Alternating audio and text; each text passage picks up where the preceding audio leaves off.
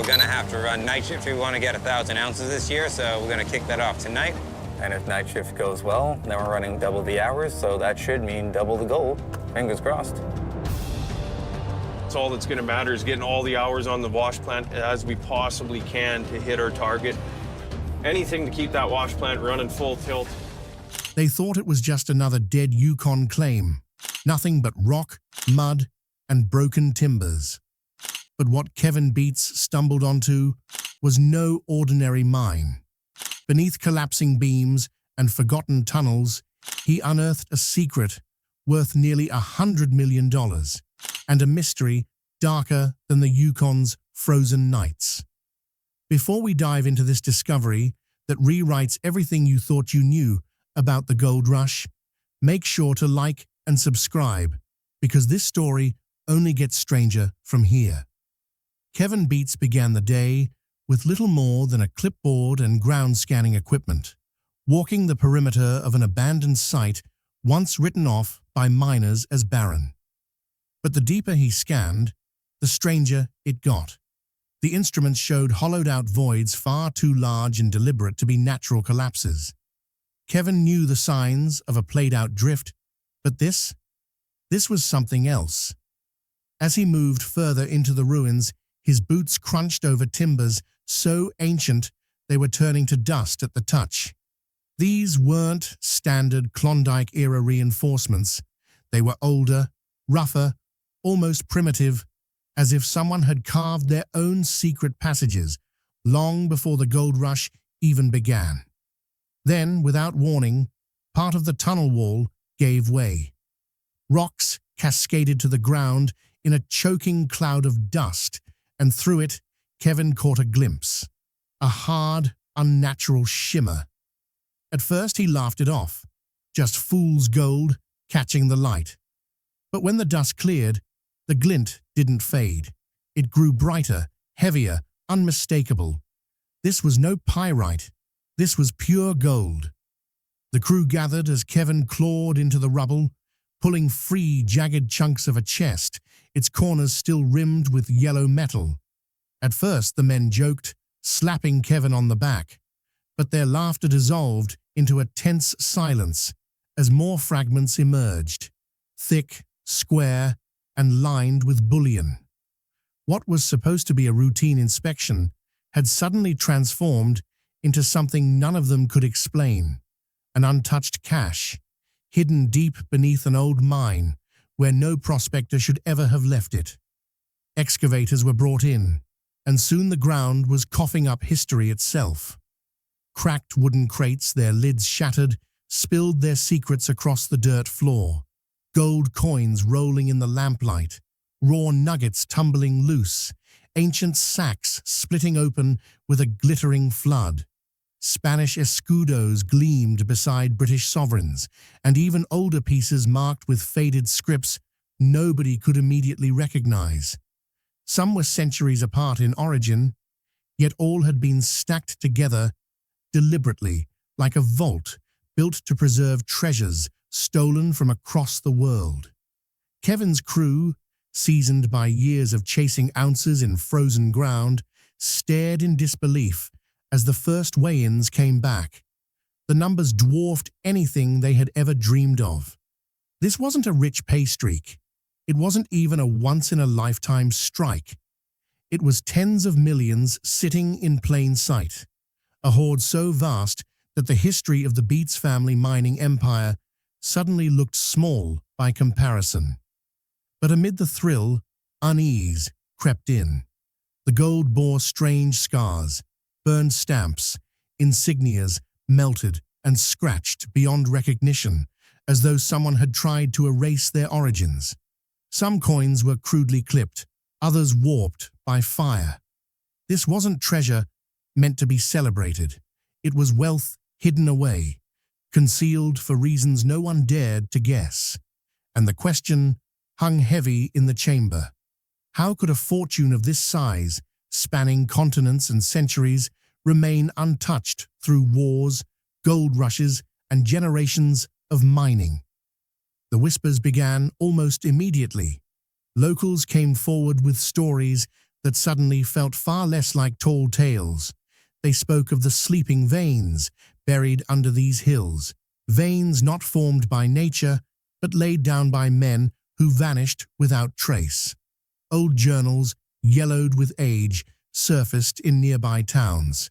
Their pages told of miners in the 1800s who bragged about a king's ransom buried deep in the Yukon wilderness, only to disappear days later, leaving nothing behind but half-dug shafts and empty cabins.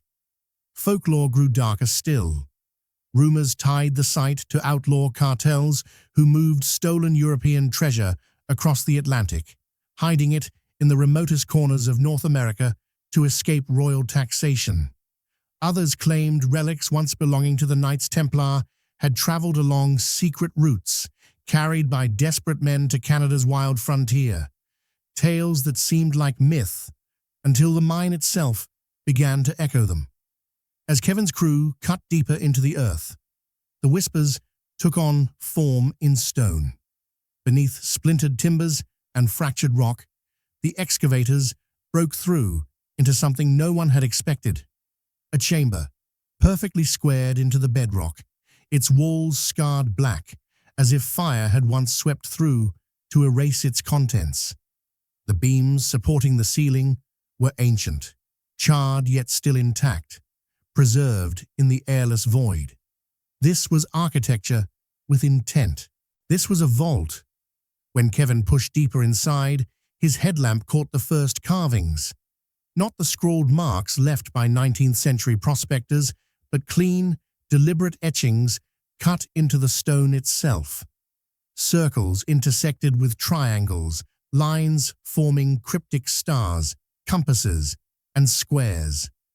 To Kevin, they meant nothing, but one of the crew muttered that they looked eerily similar to diagrams he had once seen in books about Freemasons. Others shook their heads, whispering about secret orders, societies sworn to guard treasure, symbols meant not to record, but to warn. The air was stagnant, heavy, carrying the taste of centuries of isolation. Yet within the chamber, the contents were immaculate, as if sealed away yesterday. Gold bars, stacked with military precision, layer upon layer, gleamed against the light. Beside them, goblets encrusted with rubies and emeralds shimmered in a rainbow of fractured colors. Ornate crowns, delicate chalices, ceremonial blades still polished sharp. None of it dulled, none of it corroded. It was not a miner's hoard. It was a treasury, a secret bank entombed beneath Yukon soil. What struck Kevin most was not just the sheer value, but the orderliness. Each crate had been carefully positioned, its contents catalogued with hand-painted symbols, coins grouped by origin, bars stacked according to weight, relics wrapped in layers of cloth and wax. Whoever buried this cache had not been hiding scraps of fortune. They had been securing an empire's worth of wealth in a system designed to last. As Kevin's lamp swept the chamber, he realized with a chill that he and his crew had not uncovered an accident. They had opened something deliberately concealed, something meant never to be disturbed. The silence broke only when one of the crew whispered, "This isn't ours." That single phrase rippled through the group like a fault line. Men who had spent their lives chasing gold dust and slim pay streaks now stood frozen before mountains of wealth worth more than every ounce the Beets had ever pulled combined. Their eyes darted between the bars, the relics, and Kevin himself, as if unsure whether to celebrate or run. Whispers became shouts once the scale of the find settled in. Some men spoke of riches beyond imagination, demanding shares for their labor, already dreaming of new lives. Others hissed that this was stolen history, that keeping it would mean prison sentences, or worse, drawing attention from forces far beyond the Yukon. The tension snapped when Tony Beets stormed into the chamber, boots thundering against the stone. His face, usually carved with the hardness of a lifetime of mining, was caught between awe and fury. "What in God's name have you dug into, Kevin?" Tony barked, his voice echoing off the carved walls. Kevin stammered an explanation, but Tony cut him off with a glare. "You think treasure like this is left alone? You think it survives here, untouched, because no one wanted it? Number it's left because it's cursed, because someone bigger than us meant it to stay buried." His words rattled the crew, silencing their arguments into uneasy mutters. But outside, silence wasn't holding. Radio chatter had already spread fragments of the discovery. Rival miners, always tuned in for gossip and advantage, caught enough to piece together a picture. They began circling the Beets claim like wolves, trucks parked just beyond sightlines, engines idling through the night. Shadows lingered at the ridges, binoculars flashing when the light caught. Secrecy was slipping, and with it, the fragile control Kevin had over the camp. For the first time, the Beets realized their gold rush wasn't against rock or permafrost. It was against time, rivals, and the weight of forces they didn't yet understand. The situation escalated when Kevin called in experts to assess the find. Historians, archaeologists, and appraisers descended on the claim, their arrival sparking even greater unrest among the crew. With white gloves and magnifying glasses, they handled the treasure piece by piece, whispering in excited tones that only deepened the mystery. One specialist lifted a coin, brushing dirt from its surface to reveal the unmistakable crest of 16th century Spain. Another examined a medallion marked with Napoleon's insignia, perfectly preserved despite 2 centuries of supposed history. A third uncovered heavy Russian ingots stamped with dates from wartime transport, likely stolen before they ever reached their destination. Piece by piece, the story unfolded. This was no single shipment lost to the wilderness. It was a collection spanning empires, a cache of wealth accumulated over centuries, deliberately hidden here in the frozen north. The historians marveled at the diversity. Religious relics, chalices plated in silver, crowns decorated with sapphires, swords etched with ceremonial inscriptions, suggested not only stolen gold, but plunder taken from churches, castles, and monarchs. Each artifact carried provenance, enough to rewrite entire chapters of global history. How had treasures from Europe, Asia, and beyond traveled into a remote Yukon vault? What network of secrecy and power could have funneled them here and then erased their existence for centuries? Kevin watched uneasily as the experts documented everything, their notes thick with references to black market trade routes, smuggling cartels, and secret societies that may have orchestrated the movements. The story unfolding before him was bigger than his family, bigger than the Yukon, bigger than gold itself. His discovery had shifted from a miner's dream to an archaeological flashpoint, one that could trigger governments, corporations, and clandestine groups to stake their claims. The weight of realization settled on Kevin's shoulders. He had not just found fortune. He had cracked open history's vault, a Pandora's box of power and myth. And the price was already beginning to show. Pumps that had run flawlessly for weeks suddenly seized without reason, their motors grinding to a halt. Excavators stalled mid-swing, hydraulics refusing to budge as if the steel itself resisted moving earth. Even the floodlights flickered in rhythmic pulses, throwing shadows that danced across the chamber walls like mocking specters. At first, the crew blamed faulty wiring, bad fuel, or simple wear, but the pattern was too strange to ignore. Every breakdown happened within sight of the treasure chamber. Beyond its reach, the machines roared to life as if nothing were wrong. Within its radius, they faltered, groaned, and died. An engineer was called in to make sense of the chaos. After hours of testing, he shook his head in disbelief, pointing to erratic readings on his instruments. "It's like a magnetic storm," he muttered, "but there's no reason for it here." He explained that the interference levels were stronger than anything produced by natural rock formations. It was as though something beneath the chamber, some hidden mass of metal or device, distorted the fields themselves. The implication lingered unspoken. Maybe this was no ordinary vault. As the machines failed, the men themselves began to unravel.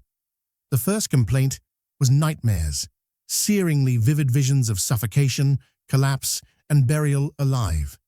Soon, coughing fits and migraines spread across the crew, symptoms appearing only after spending time in the chamber. A few reported hallucinations, shadows shifting when no one moved, whispers echoing in the stale air, glimpses of men in old miner's garb standing at the edges of the lamplight. One worker swore he heard picks striking rock in the distance, though the mine was sealed on every side. The turning point came when elders from a nearby settlement visited the site. Word of the discovery had reached them, and their warning was blunt. "This gold was buried to stay buried," one said, his voice low and unyielding. "The veins you've opened do not belong to men. They were sealed because they carry death." Kevin listened, but remained torn. His mind craved explanations grounded in geology, physics, or history, yet even he could not dismiss what his own eyes had seen. The Yukon had always been harsh, but this was different. It was as though the land itself resisted what had been unleashed, as if something ancient was pushing back. Just as fear gripped the crew, a new force descended that was far more tangible than curses or whispers. News of the vault spread beyond the valley, and soon black SUVs and government trucks rolled across the Beets claim. Officials, some in plain suits and others in military fatigues, swarmed the site with clipboards, scanners, and authority. Kevin's questions about how they'd found out were met with silence, but he suspected what everyone else whispered, that someone in his own crew had taken a bribe, selling the secret for quick profit. The officials wasted no time asserting control. They demanded access to the vault, declaring it a matter of national interest. Ownership became the battlefield. Did the gold belong to the miner who unearthed it? To the Crown, under old Canadian law? To the state, under modern mining regulation? Or was it cultural heritage meant to be preserved for the world? The questions mounted, and with them came soldiers in camouflage patrolling the ridgelines, drones buzzing overhead, and checkpoints erected around the claim. The Beets camp, once bustling with the roar of machinery and the laughter of workers, now felt like a prison yard. Lawyers warned the family in hushed tones that one misstep could see the entire find confiscated. Worse, if the artifacts were linked to international theft or smuggling, the Beets could be charged as criminals for trafficking history. Tony paced like a caged animal, his voice rising as he argued with officials, while Kevin clenched his fists, repeating the same words. "We found it under mining rights. This is ours." But even as he spoke, he knew bureaucracy was a tide no miner's shovel could hold back. The tension peaked when Kevin stumbled upon something the officials had not yet seen. While combing through the chamber, he pried open a rusted iron box buried beneath a pile of coins. Inside, wrapped in decayed oilskin, lay stacks of ledgers filled with dense handwriting, numbers, and symbols. At first glance, they seemed like financial records, but as Kevin turned the brittle pages, a darker picture emerged. The entries spoke of unmarked shipments, ferried across oceans under false flags, gold transferred through private banks and guarded by military escorts. The deeper he read, the clearer it became that this was no random accumulation. These were records of a deliberate operation, an underground network of smuggling and concealment that had spanned generations. Dates aligned with global conflicts, suggesting treasure moved during wars, hidden whenever regimes toppled or economies teetered. Kevin's breath caught when he unfolded a folded map pressed between two pages. The ink had faded, but the shapes were unmistakable. Valleys, rivers, mountain ridges of the Yukon and Alaska, each marked with symbols. Some were X's, others were strange sigils. Kevin closed the box, his hands trembling. He understood now that this discovery was not an accident. He had not simply stumbled onto treasure. He had unearthed the tip of a conspiracy stretching back centuries, a network of hidden caches spread across the wilderness, guarded by secrecy and blood. The gold glittered under the floodlights, but in Kevin's eyes, it no longer looked like fortune. It looked like a chain, a weight that bound him to a story far larger than himself. And that chain was already tightening around everyone in camp. Men who once trusted each other with their lives now eyed one another with suspicion. Some whispered late at night about sealing the chamber back up, burying it forever before more eyes came looking.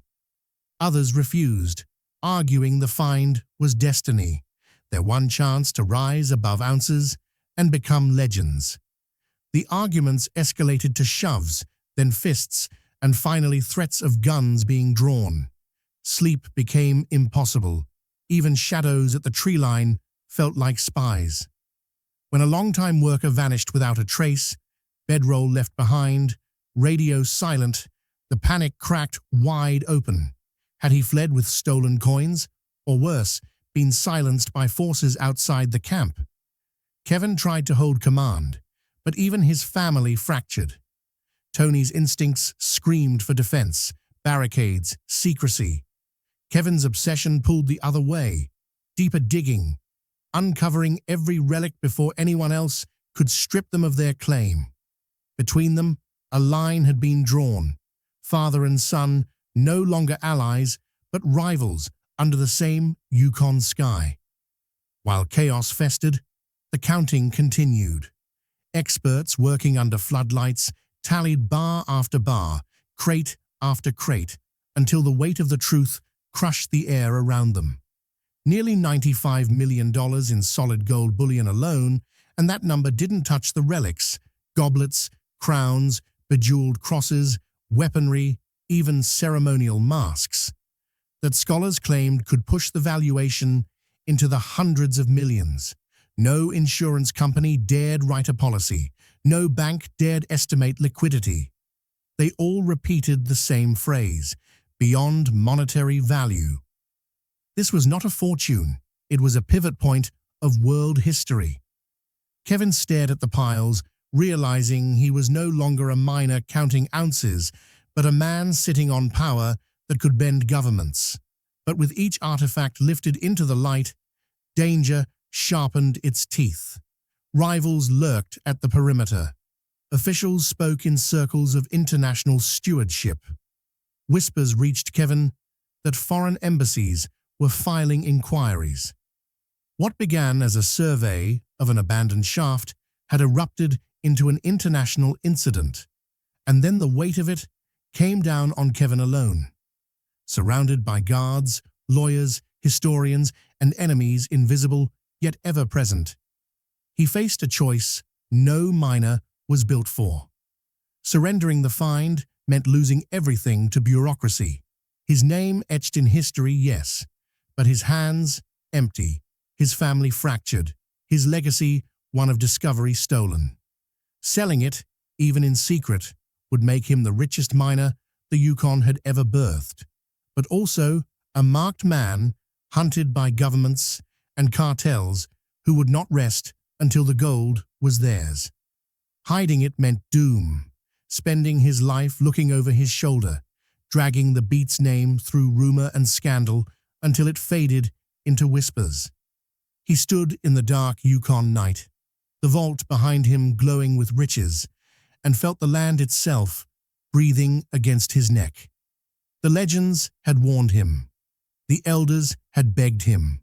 Some treasures were buried for a reason. And yet, against every instinct, Kevin knew he had dragged the storm into daylight.